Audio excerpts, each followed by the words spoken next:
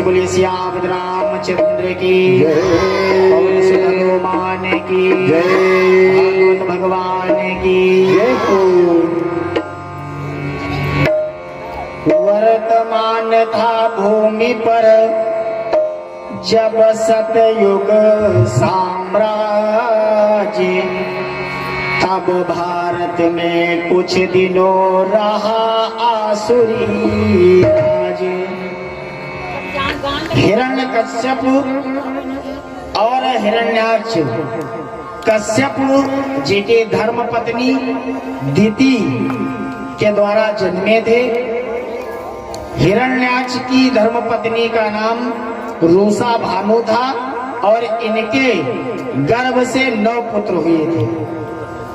शकुनि, संबर, धृष्ट, भूत, संताप, ब्रक, कालनाभ, महानाभ, हरिषु, मस्रु और उत्कच, ये 9 पुत्र हिरण्याक्ष के थे। और हिरण्याक्ष का उद्धार वाराह रूप में भगवान नारायण ने किया था। तो हिरण्यकश्यप अपने भाई का बदला लेने के लिए उग्र तप करता है, ब्रह्मा जी को प्रसन्न करता है। और जब ब्रह्मा जी को प्रसन्न करने के लिए तप करता है तो कुछ खाता पीता नहीं है कि भोजनादि तो बात क्या दिया पवन तक रो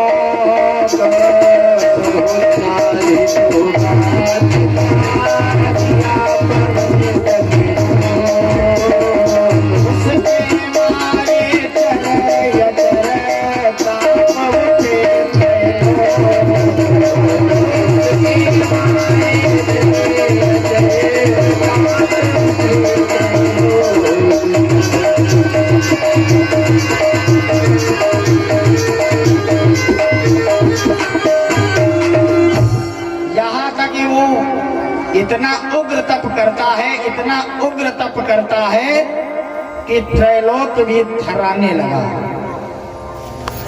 सब देवता प्रार्थना करते, ब्रह्मा जी से कहा जाओ तुरंत उसको वरदान दो, नहीं कुछ चौपट हो सकता है।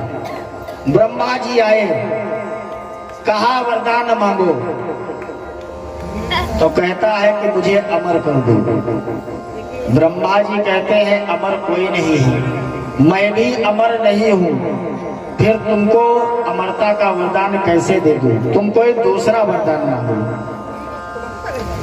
विचार करता है कि हम कौन सा वरदान मांगे, तो अमरता से मिलता जुलता वरदान मांगता। बहुत बुद्धिमान था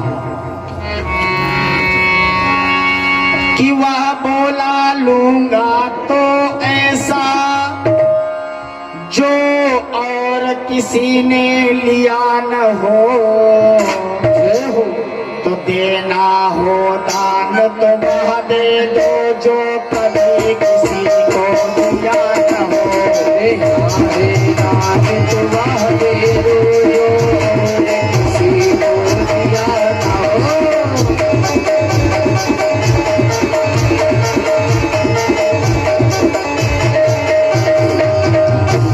आप ऐसा वरदान दो कि जो आज तक ऐसा वरदान किसी को आपने ना दिया हो। कहा आप जो चाहे मांग लो। कहा मैं आपके द्वारा निर्मित सृष्टि से मेरी मृत्यु ना हो, और इतना ही नहीं तो कुछ अधिक नहीं, बस इतना ही, नीचे न मरो ऊपर न मरो, अरे निस में न मरो दिन में न मरो, भीतर न मरो बाहर न मरो।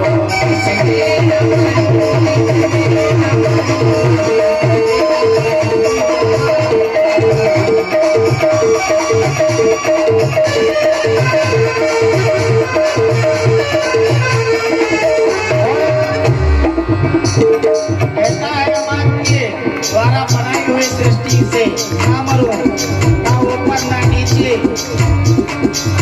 नर से न मरूं, पशु से न मरूं, व्यापे कोई हथियार नहीं, व्यापे कोई हथियार नहीं, व्यापे कोई हथियार नहीं। जीवन में मुझे भोगने को कोई रह जाए बिहार नहीं, जीवन में मुझे भोगने को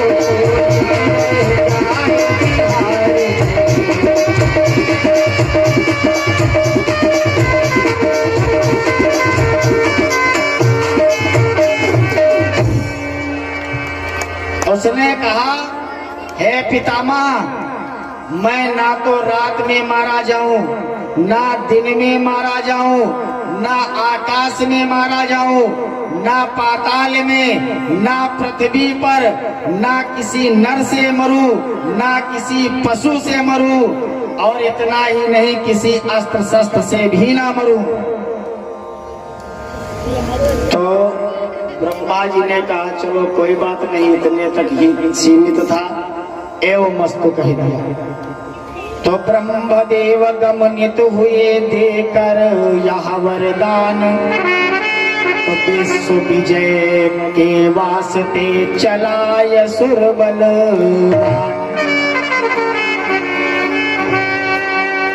जब ऐसा वरदान पा गया तो विश्व विजय के निमित्त निकल पड़ा, जिससे लड़ता है विजय प्राप्त करता है। धीरे धीरे संपूर्ण भूमंडल पर हिरण्यकश्यप का राज हो गया। जब सब जगह पर राज्य स्थापित कर लेता है तो इंद्र के ऊपर चढ़ाई करता है, और जब इंद्र के ऊपर चढ़ाई करता है तो उनको भी परास्त कर देता है।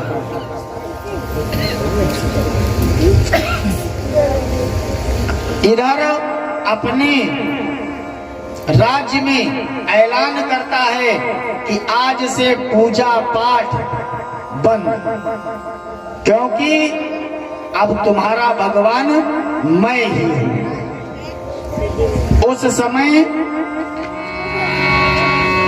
कि उस दिन बाहर था हिरण्यकश्यप, लगभग सोनी रजधानी थी।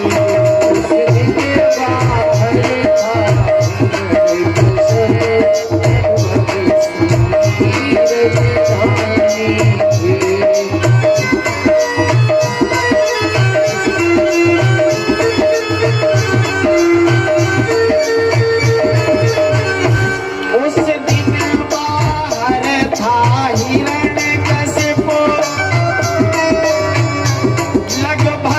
सोनी रजधानी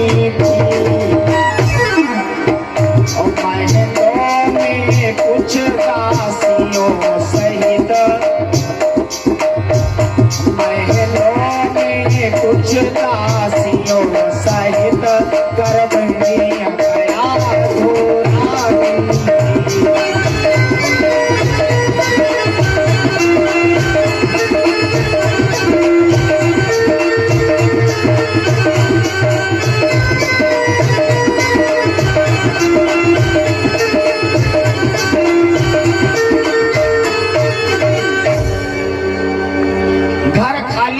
केवल कयादू थी।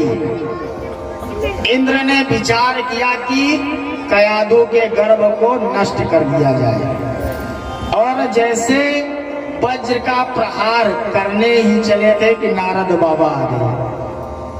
नारद बाबा कहते हैं कि ये क्या करने जा रहे हो? इंद्र कहते हैं कि इसके गर्भ में जो बालक होगा वो भी इसी प्रकार से अन्याय करेगा, इसलिए इसको समाप्त करते ही पहले। कहा नहीं, मूर्ख हो तुम, कभी अबला स्त्री पर भी कोई वीर हथियार चलाता है? बहुत समझाया तो इंद्र मान गए और छोड़ करके चले गए। कयाधु को छोड़ दिया। जब कयाधु को छोड़ा तो अबलाओं को छोड़कर गया इंद्र सहलाद, तो प्रगटे कुछ दिन में यहाँ परम भक्त प्रहलाद। कुछ दिनों के बाद में प्रहलाद का जन्म हुआ। प्रहलाद जी जब कुछ बड़े हुए तो घूमने के लिए निकले कि सुनो हाल आगे कर सारा, बसे नगर ते ही एक तुम्हारा। सुनो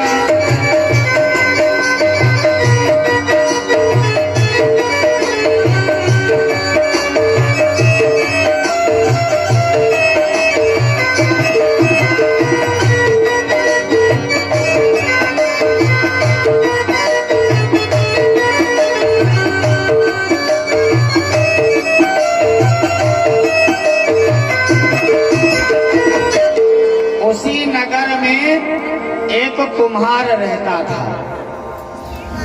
उसने बर्तन का आवा लगाया और उसमें आग लगा दी। आवा धधकने लगा। तब उसे एक बात याद आई। कौन सी बात याद आई? कि बिल्ली आवा माही बियानी,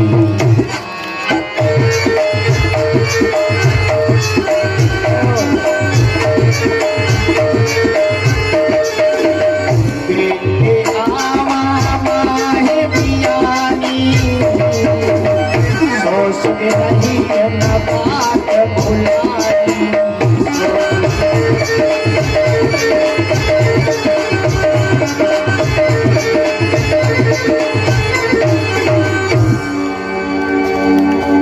कुम्हार कुम्हारिन को याद आ गया कि वो जो आवा के जो बर्तन थे मिट्टी के, एक बर्तन में बिल्ली ने कुछ बच्चे रखे थे और भूलवश उनको भी बर्तनों के साथ में लगा दिया और आवा चला गया। धीरे धीरे आवा खूब धधकने लगा और जब आवा धधकता है तो उसी रास्ते से प्रहलाद जी निकलते हैं और कुम्हारिन भगवान नारायण की बारंबार प्रार्थना कर रही है, प्रभु मुझ पर कृपा करो और इन बिल्ली के बच्चों का कोई दोष नहीं है, दोष तो मेरा ही है, आप इनको बचा लो। रो रही है और प्रार्थना कर रही है कि अधिक नहीं बस चाहिए तनिक कृपा की कोर, और नाथ आपके हाथ है अब जीवन की डोर। बार बार प्रार्थना करती है और कहती है, प्रभु मैं तो भूली सो भूली, पर यद आप भूलिए क्या स्वामी।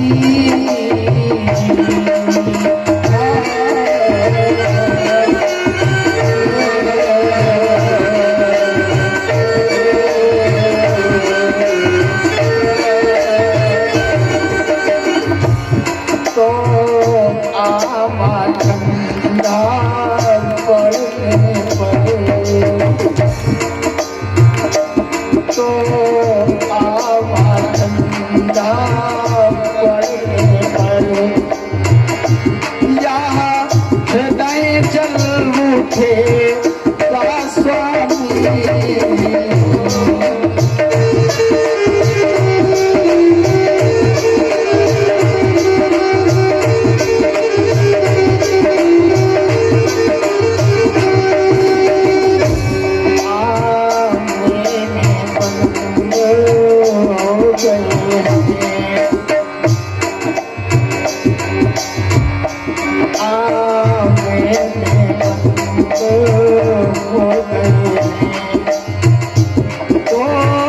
कैसे बिल्ली के बच्चे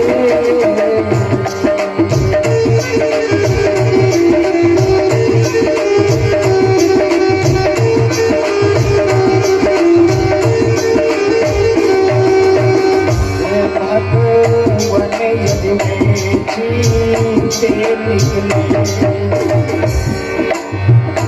भगवत में जीते निकले हैं कभी आप सच मुझ सच्चे।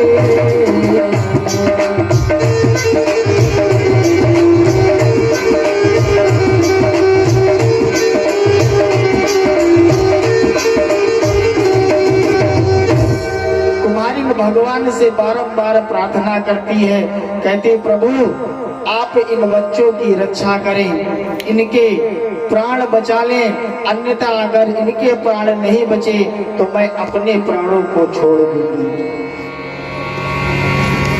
तब तक प्रहलाद जी उस रास्ते से निकले, देखा कि नारायण के मंत्र का जप हो रहा है, प्रार्थना कर रही है कुमारी। तो प्रहलाद जी कहते हैं क्या बात है? प्रहलाद को सारी बात बता देती है कि कुछ बच्चे थे जो कि हमारी भूलवश आवे में लग गए हैं और हम प्रभु से यही प्रार्थना कर रही हूँ कि हे प्रभु इन बच्चों का इसमें कोई दोष नहीं है, आप इनको जीवित कर दें, और अगर ये जीवित नहीं निकले तो मैं अपने प्राण को छोड़ दूंगी। तब प्रहलाद कहते हैं कि ये सब बकवास बंद करो, ईश्वर कहीं नहीं है। कुमारी समझाती है कि नहीं, ईश्वर है।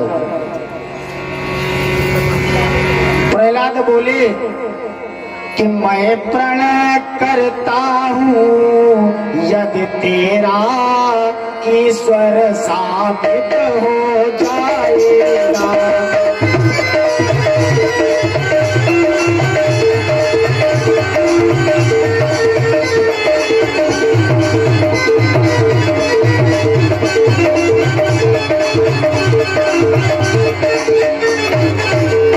मैं प्रणय करता हूँ यदि तेरा ईश्वर साबित हो जाएगा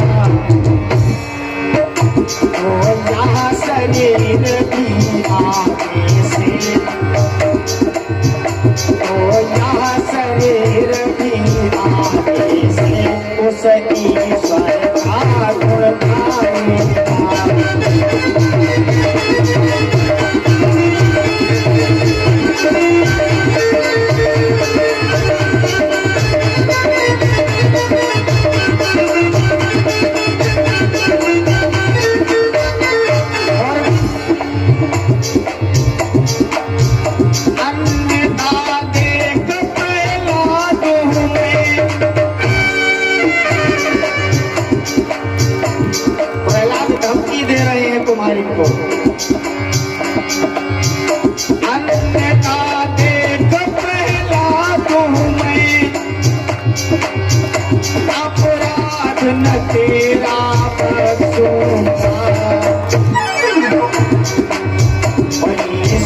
तेरा साबित न हुआ,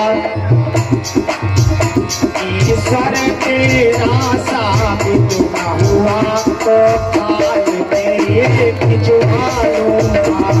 ईश्वर तेरा साबित न हुआ तो काल तेरी खिंचवा लूंगा।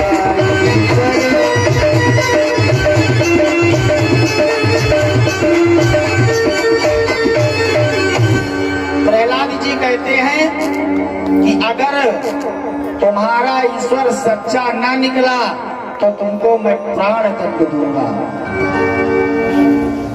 प्रहलाद ने कहा तो अब जितने उपाय करना चाहे तो कर ले, क्योंकि आमा खुलते ही मैं देखने के लिए आऊंगा, और जब आमा को खोलना तो मुझे संदेशा जरूर देना। ठीक है, अगर आप अपना प्रण करते हैं तो मैं प्रभु पर विश्वास करती हूँ कि बच्चे जिंदा ही निकलेंगे।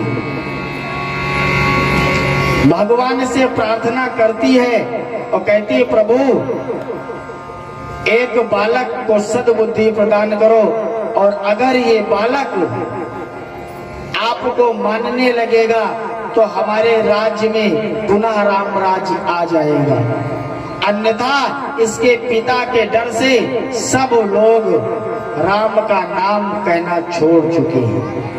प्रार्थना करती है कि हे मेरे ईश्वर सुन ली क्या यह सारी बातें कानों से,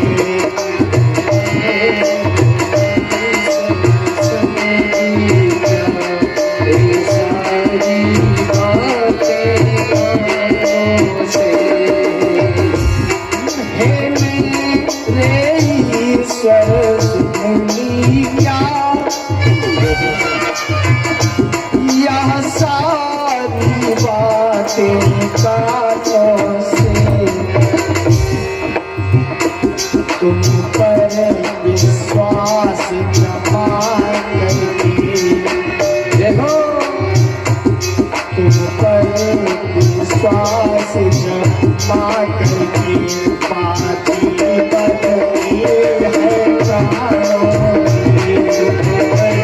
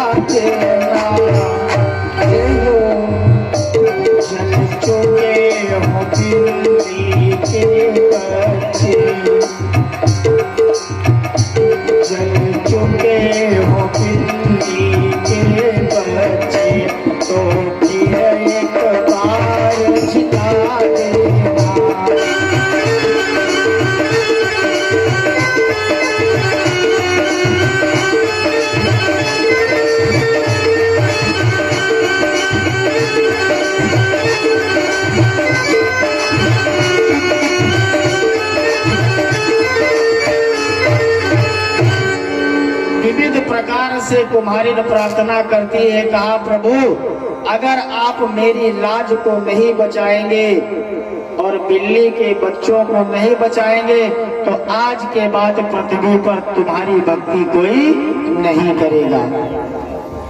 मैं किसी से कहूंगी तो भक्ति करने को तैयार नहीं होगा। तो उधर कृपालु दयालु के भनक पड़ी यहाँ कान, उधर उतरने लग गया आवे का सामान। भगवान नारायण ने कुम्हारी की प्रार्थना को स्वीकार किया, संदेशा दिया। कुम्हारी ने प्रहलाद को कहा आओ आवा खोलने जा रहा है। प्रहलाद जी आ गए, आवा खोलने की व्यवस्था प्रारंभ हो गई। तब तक उसके अंदर से बहुत धीमी सी म्याऊं की आवाज सुनाई पड़ी, बहुत धीमी आवाज। तो कुछ देर बाद स्वर तेज हुआ, मानो कि बच्चे अभी ही जन्म लिए हो, क्योंकि जब बच्चा पहली बार रोता है तो बहुत कम स्वर से रोता है, फिर धीरे धीरे उसके स्वर बढ़ते रहते हैं। तो कुछ देर बाद स्वर तेज हुआ, सारा झनकार उठा। तो म्याऊ म्याऊ की बोली से वह घर या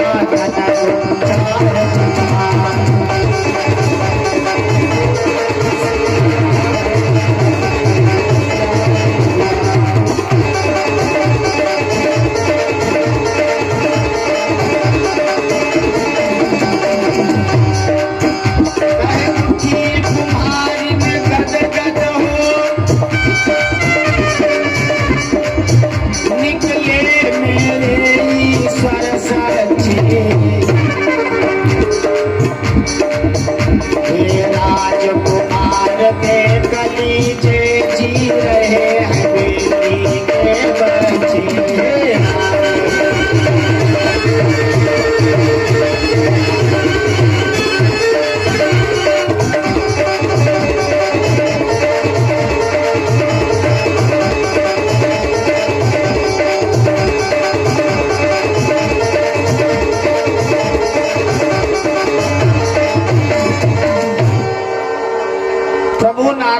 की कृपा से कुमारी ने कहा, देखो प्रहलाद, ये बिल्ली के बच्चे आज भी जीवित हैं।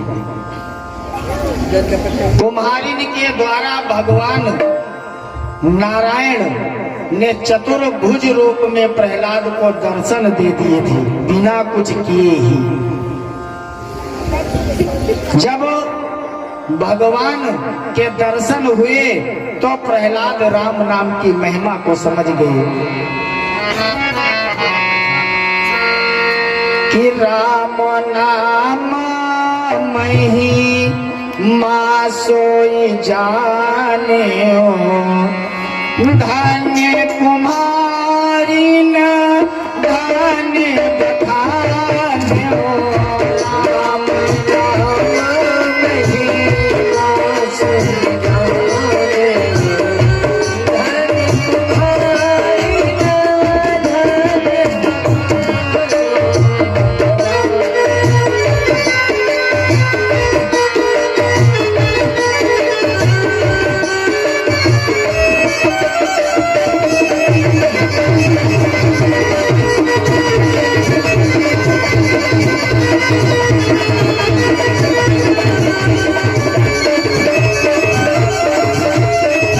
धन्य। विश्वास हो गया कि राम नाम में कुछ सामर्थ्य है। तभी से राम नाम का गुणानुवाद भक्त प्रहलाद जी करने लगे। धीरे धीरे यह खबर हिरण्यकश्यप के पास में पहुंचती है, और जब हिरण्यकश्यप के पास में खबर पहुंची, कहा तुम्हारा पुत्र ही राम नाम का जप कर रहा है। और जैसे सुना कि राजा को हो गई खबर, सुनकर मन में चकराया, तो वृत्तांत जानने को झटपट प्रहलाद को उसने बुलवाया।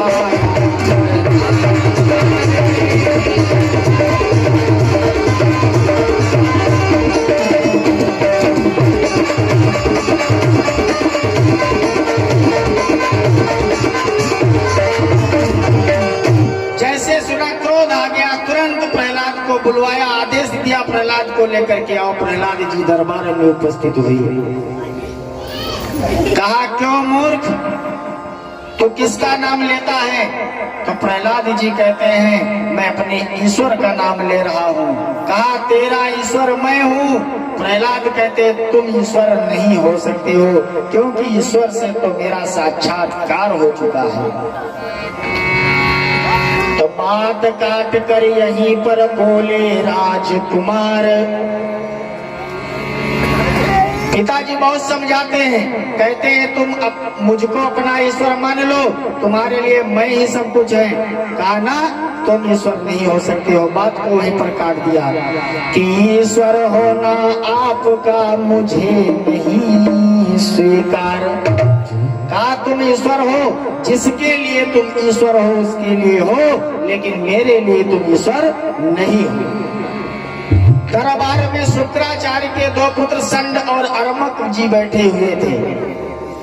कहा महाराज अभी ये बच्चा है, इसको ज्ञान नहीं है, तुम चिंता मत करो, हम इसको ले जाएंगे अपनी पाठशाला में, और वहां पर इसको जब हम शिक्षित करेंगे, पढ़ेगा, तो धीरे धीरे इसकी बुद्धि बदल जाएगी। हिरण्यकश्यप के मन में विचार बदल गए। कहा ठीक है, इसको तुरंत मेरी नजरों से दूर कर दो। जब प्रहलाद को लेकर के जाने लगे, तो भगवान जिस पर कृपा करते हैं पूरी तरीके से करते हैं। सब उस भक्त के सहारे हो जाते हैं, बस थोड़ी विवेचना करने की आवश्यकता है। सब बहुत प्रसन्न हैं प्रहलाद से। संड अर्मक लेकर के जब चले तो आशा और विश्वास भी है। कहा हमें आशा है, संड अर्मक कह रहे हैं महाराज जी से, हिरण्यकश्यप से कह रहे हैं मुझे आशा और विश्वास है, तुम चिंता ना करो। आशा और विश्वास भी है, जब यहाँ पढ़ करके आएंगे तो तब इनमें विद्या बोधि आप मुझसे भी बढ़ कर पाएंगे।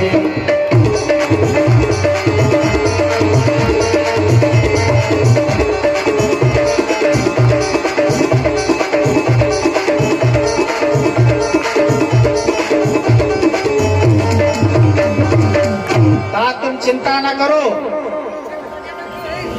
कुछ दिनों के बाद में ये मुझसे भी परम ज्ञानी हो करके पुनः आपके घर आएंगे। कहा ठीक है, ले जाओ। ले करके चले गए। वहां पर जब पहुंचे गुरुकुल में प्रहलाद जी, तो वहां बच्चे बहुत से पढ़ते थे। प्रहलाद जी की पाटी पर गुरु जी ने आ लिखा, आ छोटा आ, उसके बाद में भी लिखा बड़ा आ, और यही लिखकर चले गए। अब तब प्रहलाद जी ने छोटा आ बड़ा आ को मिटा दिया, और मिटाने के बाद में लिखा क्या कि राम ही राम सकल लिखी मारा, सहपाठी न तब बचन उचारा। राम ही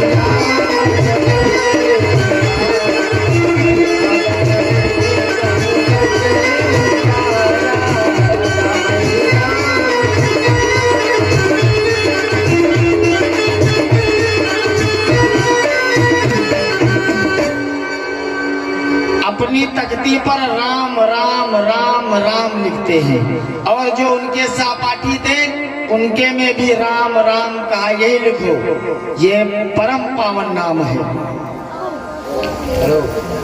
धीरे धीरे धीरे धीरे ऐसा राम नाम का प्रचार प्रहलाद जी ने कर दिया कि जितने भी बालक पढ़ रहे थे वो सब राम राम का जयकारा कर रहे हैं, राम नाम का ही लेख लिख रहे हैं। जब बोलते हैं तो राम राम राम बस, और कुछ नहीं। क्योंकि चार जगहों पर व्यक्तियों को विशेष ज्ञान उत्पन्न होता कि चार ठोर सब नरन के अरे कछो बैराग्य चढ़ंत, तो गर्भ माही सबके निकट कथा सुनत रती अंत। का चार जगह पर व्यक्ति को वैराग्य उत्पन्न हो जाता है। जब गर्भ में जीव रहता है तो उसको वैराग्य हो जाता है, क्योंकि वो कहता हम बाहर ना जाएं। लेकिन जब वही जीव कुछ बड़ा होता है, कहता है कि महाराज हमको बाहर निकालिए, हम तुम्हारा ये गुणानुवाद करेंगे, और जैसे वो जमीन पर आता है बस माया के झंझट में फंस जाता है। और जब माया के झंझट में फंसता है तो देखते ही हो माया कैसी होती है। जब कहीं पर आप 100 यात्रा में जाएंगे तो वहां पर भी वैराग्य उत्पन्न होता है कि यही सत्य है, सबके साथ एक दिन यही होगा। और जब आप कथा में बैठेंगे, भक्ति भाव से कथा श्रवण करेंगे, तब आपको वैराग्य उत्पन्न हो जाएगा कि संसार में कुछ नहीं है, सिर्फ राम नाम ही सत्य है। और रत क्रिया के बाद में भी आप विचार करेंगे ये सब माया के झंझट में बिल्कुल नहीं फंसना चाहिए, ये तो हमारी मूर्खता है। तो चार जगहों पर व्यक्ति को स्वयं बिना बताए वैराग्य उत्पन्न होता है। इसी प्रकार वो कथा सुनाते हैं अपने सहपाठियों को, और धीरे धीरे सहपाठी भी प्रहलाद के जैसे हो गए कि सुने प्रहलाद वचन अनुरागी, दंड प्रणाम करन साप लागे।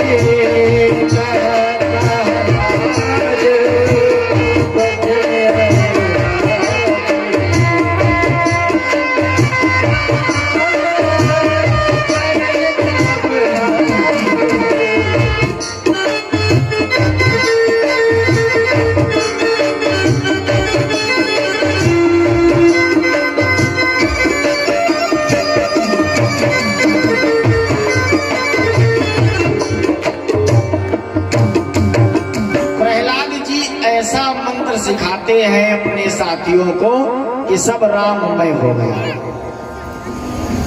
सब राम राम लिखते हैं, सब राम राम बोलते हैं, सब लोग लेट करके प्रणाम करते हैं, बहुत संस्कारी हो गए। और जब संड अर्मक ने देखा कि ये तो सब बेलाइन को जा रहे हैं, तो कहा अब हमारे बस की बात नहीं है इनको ठीक करना। तुरंत प्रहलाद का हाथ पकड़ा, कहा चलो तुम्हारे पिताजी के पास में लेकर के चलते हैं। पिताजी के पास लेकर के आए और पूरी करतूत बता दी। कहा ये तो बिगड़ा ही है और पूरा गुरुकुल को बिगाड़ दिया। जितने बच्चे हैं सब इन्हीं के जैसे हो गए हैं। अब एक होता मारपीट के हम सही करते, इतने सारे हैं, किनको किनको हम सही करेंगे। अब हमारे बस की बात नहीं है, क्योंकि जहाँ पर वोट की संख्या ज्यादा होगी, बहुमत जिसका ज्यादा होगा, विजय उसी को प्राप्त होती है। तो कहा ये संख्या में बहुत हो गए हैं, अब हमारी बस की बात नहीं है, तुम अपने पुत्र को संभालो। तो राजा ने सुनकर किया मन में क्रोध अपार, तो आज्ञा दी प्रहलाद को दे दो कारागार। का प्रहलाद को उठा करके कारागार में बंद कर दो और इसका दाना पानी सब बंद। कुछ दिनों के बाद में इसकी अकल ठिकाने आ जाएगी, तब स्वयं मुझे मान लेगा कि हाँ यही मेरे ईश्वर है।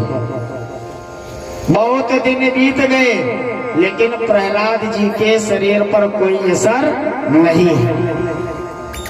कयाधु को बुलाया, कहा पुत्र का प्रेम सबसे ज्यादा माँ को होता है, कहा तुम एक बार कोशिश करके देखो, शायद सुधर जाए। एक जहर का प्याला दिया, कहा पहले उसको समझाना और अगर नहीं माने तो इस प्याले को उसे दे देना। कि तुम माँ हो अगर कुशल चाहो तो इसको वही असर दे दो, वरना जो मेरी पत्नी हो तो इसको अभी जहर दे दो।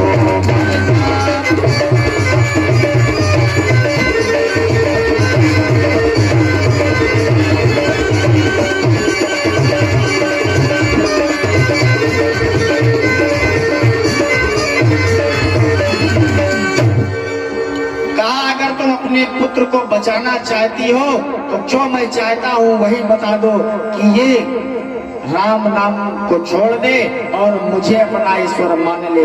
और अगर नहीं मानता है तो मुझे मानती हो, मुझे चाहती हो, तो मैं आदेश देता हूँ कि या जहर अपने पुत्र को दे दो, उसका प्राणांत हो जाए। कोई भी माँ हो अपने पुत्र को अपने हाथ से जहर दे सकती है? नहीं दे सकती। बहुत समझाया, कहा बेटा जिद छोड़ दे, पिताजी की बात को मान ले, उन्हीं को अपना ईश्वर मान ले। कहा माँ तुम क्यों चिंता करती हो, वो ईश्वर नहीं हो सकते, क्योंकि ईश्वर तो कोई दूसरा है। और जो एक बार ईश्वर के दर्शन को कर लेता है तो फिर वो इधर उधर के झंझट में नहीं फंसता, क्योंकि फिर माया उसके पास में नहीं आती, वो निर्भय हो जाता है। तो कहा बेटा ले इस प्याले को ले और तू पी ले। तो कहा कोई बात नहीं। प्याला को हाथ में लिया और प्रहलाद जी गाते हैं, आप लोग भी बोलिएगा कि लोक के आधार सीताराम,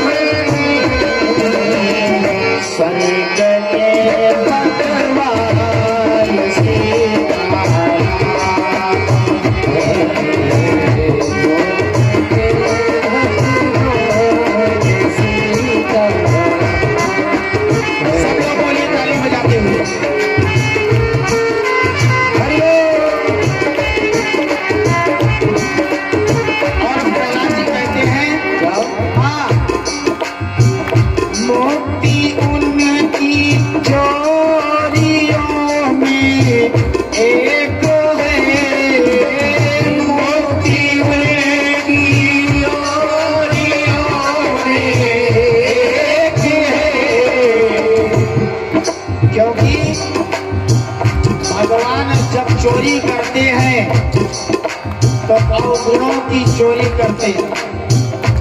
मुक्ति उनके हाथों में बसती है। भगवान कभी ऐसी वैसी वस्तु को नहीं चुराते हैं। प्रहलाद जी कह रहे हैं, मोती उनकी चोरियों में एक है, भांति के श्रृंगार से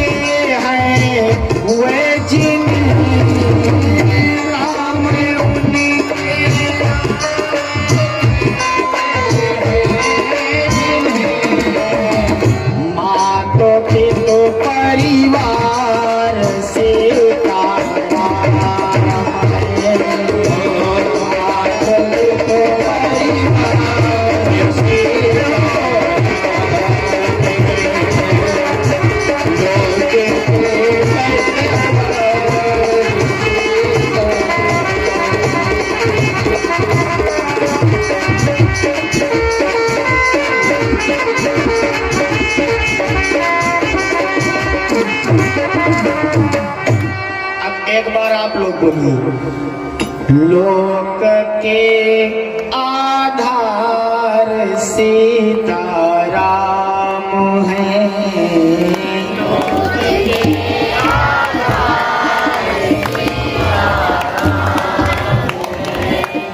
स्वर्ग के पतवार सीताराम है।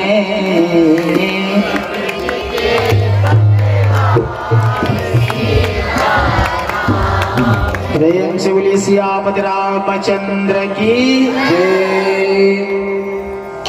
इस प्रकार से प्रार्थना की और उस प्याले को लिया और जय सिया राम सीताराम कहते हुए उस विष का पान कर लेते हैं। विष का पान कर लिया, कयादू वहां से चलिए। जब विष का पान करते हैं तो कारागार में महाराज प्रहलाद जी और मोटे तगड़े हो गए। पहले कुछ दुबले पतले थे, विष पान करते ही और तगड़े हो गए, क्योंकि उसमें राम नाम का अमृत भरा हुआ था। सूचना मिली कि प्रहलाद नहीं मरी। हिरण्यकश्यप विचार करता है, माँ है, प्रेम के वशीभूत हो गई होगी और विचार किया होगा कि जहर ना दिया जाए। जहर के चक्कर में पानी पिला दिया कि जाओ बेटा, नहीं मानते हो तो इसे ही तुम पी लो, तुम्हारी मृत्यु नहीं होगी। लेकिन ऐसा नहीं था, दिया जहर ही था। उस प्याले को लाया सेवक, कहा वो प्याला लाओ जरा, देखे जिसमें विष था। तो कुछ बूंद उसमें विष बचा था, तो एक नौकर के ऊपर वो प्याला आजमाते हैं। जैसे ही उस नौकर पर कि राजा ने अपने नौकर पर ज्यों ही प्याला अजमाया है, अरे त्यों ही बेचारा बिना कहे सीधा यमलोक सिधाया।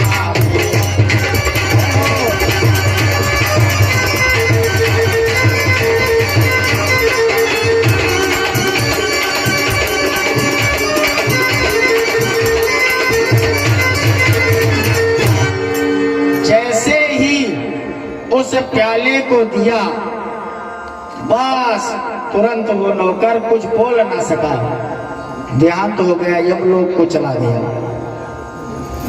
उसके बाद में प्रहलाद को सर्पों की मांद में छोड़ दिया गया। बहुत से सर्प थे, सब खो खो करके दौड़ रहे थे, लेकिन उससे भी प्रहलाद जी बच गए। उसके बाद में सैनिकों को आदेश दिया, पर्वत से गिराया गया, लेकिन भगवान नारायण जिसके रक्षक हो उसका बाल विवाह का कोई नहीं कर सकता। उससे भी बच गए, हाथी के नीचे छोड़ दिया गया, फिर भी प्रहलाद जी बच गए। हिरण्यकश्यप बहुत परेशान है कि अब हम प्रहलाद को कैसे मारो। तब तक उसकी बहन होलिका आ गई कि यदि नाम मेरा ढूंढा है तो निश्चय सब पाप मिटा दूंगी।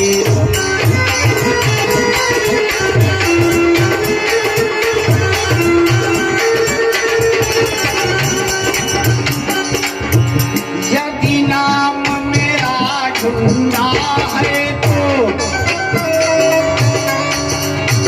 निश्चय सब पाप मिटा दूंगी। उस हेते बेटे को जिंदा,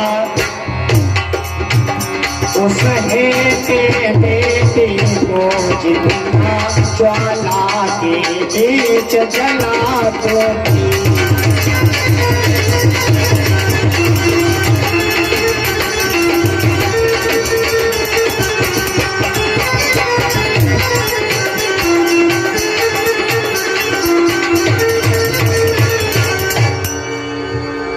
होलिका का असली नाम था ढूंढा, और संत लोग कहते हैं कि इसको एक सूर्य नारायण के द्वारा शीतल चीर प्राप्त थी, और उसका यह प्रभाव था कि वो चाहे जहां पहुंचे, अग्नि अगर जल रही है तो उसमें वो प्रवेश करती थी, जलती नहीं थी उस चीर के प्रभाव से। कहा मेरे पास शीतल चीर है, तुम चिंता मत करो, चिता लगाओ, और चिता लगाते ही हम इसको गोदी में लेकर के बैठ जाऊंगी और ये जल करके भस्म हो जाएगा, मैं बच जाऊंगी। हिरण्यकश्यप विचार करते ही ये बात तो ठीक है, तुरंत नौकरों को आदेश दे दिया, कहा चिता लगाई जाए। जो बहुत ही विशाल काय थी, बहुत सा लक्कड़ लगा दिया कि कहीं पर राख के सिवा कुछ बचने ना पाए। ढूंढा प्रहलाद को लेकर उसी लकड़ी के ढेर पर बैठती है, और जब बैठती है तो प्रहलाद जी भगवान का ध्यान करते हैं। कहा प्रभु अब इस दुष्टा से आप ही निपटे।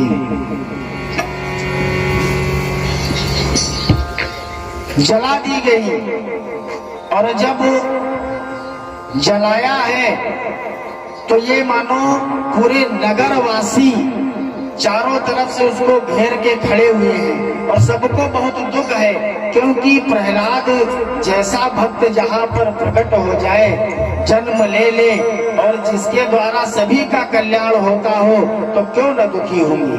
अगर कोई अच्छा व्यक्ति मर जाए तो हम लोग भी चिंता करते, अरे बहुत बढ़िया था, विचार करते बार बार। सब लोग रो रहे हैं, प्रहलाद जी प्रभु का ध्यान कर रहे हैं। कहा प्रभु अब आप ही जाने।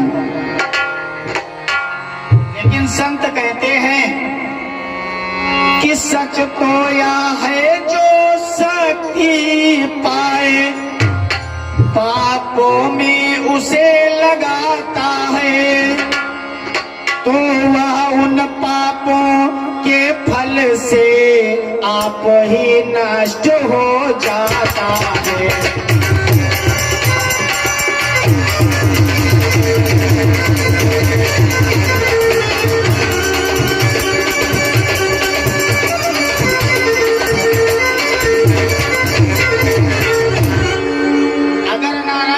कृपा से अगर आपको कोई दिव्य शक्ति मिल जाए, अगर आप उसका अनर्गल प्रयोग करेंगे तो कुछ दिनों के बाद में वह दिव्य शक्ति तुमसे रूठ करके चली जाएगी, फिर काम नहीं होगा आपका। यही किया। यहाँ पर कुछ लोग प्रश्न करते हैं कि महाराज, जब उसके पास शीतल चीर थी तो वो कैसे चली? क्योंकि भगवान नारायण ने प्रहलाद को अपनी गोद में ले लिया था और डुंडा को पता ना चल सका, होलिका नहीं जान पाई, केवल होलिका बची। भगवान नारायण ने पवन देव को इशारा किया, कहा तुम इतनी तेज से चलो कि जो इसके सर पर चीर है वो गिर जाए। बहुत वेग से हवा चली और हवा के द्वारा वो चीर उनके ऊपर से हट गई और हटने के साथ ही होलिका जलकर नष्ट हो गई। प्रहलाद जी बढ़िया उसी में बैठे हुए हैं। बाहर निकले जब सब कुछ जल गया। जब बाहर निकले तो सभी मित्र गले मिलते हैं, प्रहलाद को पकड़ करके गले मिल रहे हैं। तभी से यह होली का त्योहार मनाया जाता है। यह होली का त्योहार आज से नहीं, सतयुग से मनाया जा रहा है, क्योंकि ये घटना सतयुग की है। और जब देखा हिरण्यकश्यप ने कि प्रहलाद बच गया, तो हिरण्यकश्यप के हाथ में रहा न कुछ आधार, तो बांध खंभ में आप ही तब खींची तलवार। एक खंभे से प्रहलाद को बांध दिया और तलवार उठाई और कहा, बेटा अब तू अपने राम को बुला, जरा मैं भी देखो तुम्हारा राम कहाँ है। कि जीवन का जाम समाप्त हुआ, बतलावा धुन का जाम कहाँ। वो राम नाम के दीवाने, अब बदला तेरा राम कहाँ।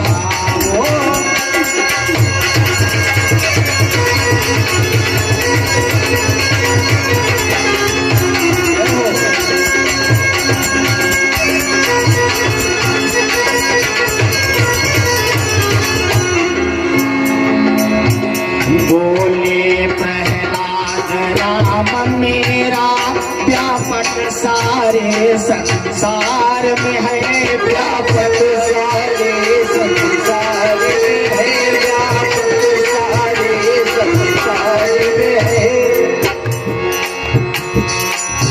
मुझ में भी है, तुझ में भी है, इस खंभ में है, तलवार में है, मुझ में।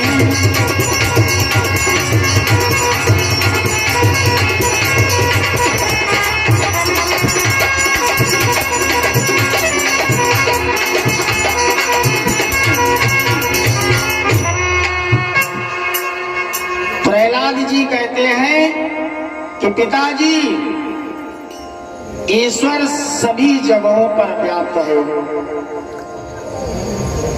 हरि व्यापक सर बात्र समाना, और प्रेम ते प्रगट हो ही मैं जाना।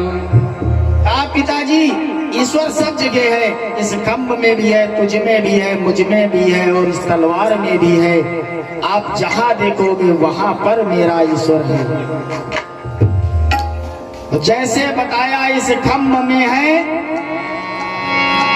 तो हिरण्यकश्यप ने खंभ पर किया खड्ग का वार।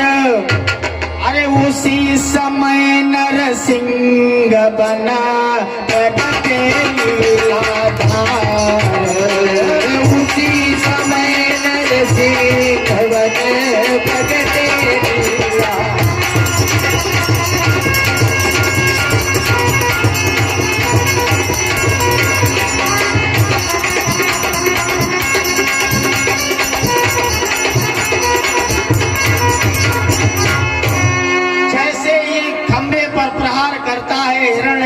बस तुरंत खंबा फट जाता है। और जैसे खंबा फटता है नृसिंह भगवान का अवतार होता है। प्रेम से बोलिए नृसिंह भगवान की जय, भागवत भगवान की जय। और जैसे देखा नृसिंह भगवान को हिरण्यकश्यप ने भगा तुरंत, क्योंकि ऐसा विचित्र प्राणी तो वो पहली बार देख रहा, सृष्टि में तो ऐसा था ही नहीं। तुरंत वरदान याद आ गया कि मैंने जो वरदान मांगा था, वरदान की अपेक्षा करते ये तो मेरा मृत्यु का सूचक दिखाई पड़ रहा है, भगता है। जैसे भगे नरसिंह भगवान बढ़ते हैं आगे कि भीतर भी था बाहर भी था, भीतर भी था बाहर भी था, पकड़ा उस नीच को देहरी पर। अरे ऊपर न रहा नीचे न रहा, ले लिया दुष्ट को गोदी पर।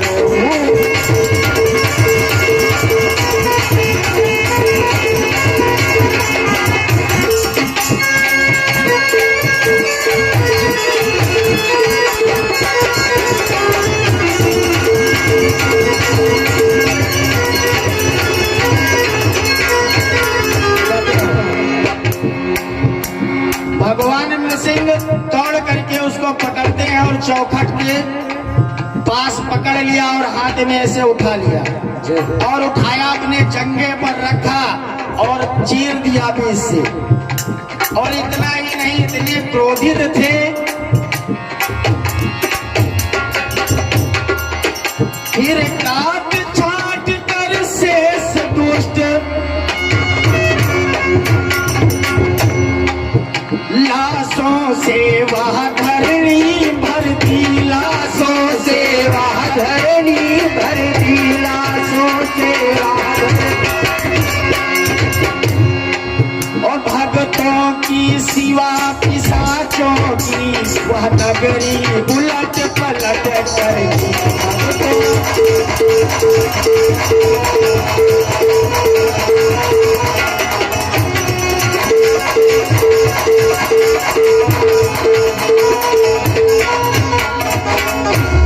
जितने असुर थे सबको काट छाट करके मानो कि पृथ्वी पर और कुछ है ही नहीं, साफ सफाया कर दिया। जो भक्त लोग थे जिनके घर थे उनको कहीं पर नुकसान नहीं पहुंचाया नरसिंह भगवान ने।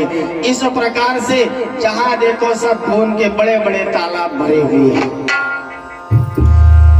और हिरण्यकश्यप की जो राजधानी है, पहले उसका नाम था एरच, आज झांसी नाम से जानी जाती है। और अगर वहां पर आज भी आप पहुंचेंगे तो वहां पर उलट पलट का प्रमाण आज भी मिलता है, सब इधर उधर है। कभी झांसी जाना तो देखना। धीरे धीरे धीरे धीरे प्रहलाद जी पीछे पीछे लगे हैं, प्रार्थना कर रहे हैं, प्रभु शांत हो जाओ, प्रभु शांत हो जाओ। भगवान को किसी प्रकार से प्रहलाद ने शांत करवाया। नरसिंह भगवान ने प्रहलाद को गोद में उठा लिया और उनको चूमने चाटने लगे। प्रहलाद जी हाथ जोड़ करके प्रार्थना करते हैं, प्रभु अब शांत हो जाए, अब उत्पात ना करें। तो भक्तराज को राज दे, नर हरे कृपा निधान, तो तत्क्षण अंतरहित हुए दीन बंधु भगवान। तत्क्षण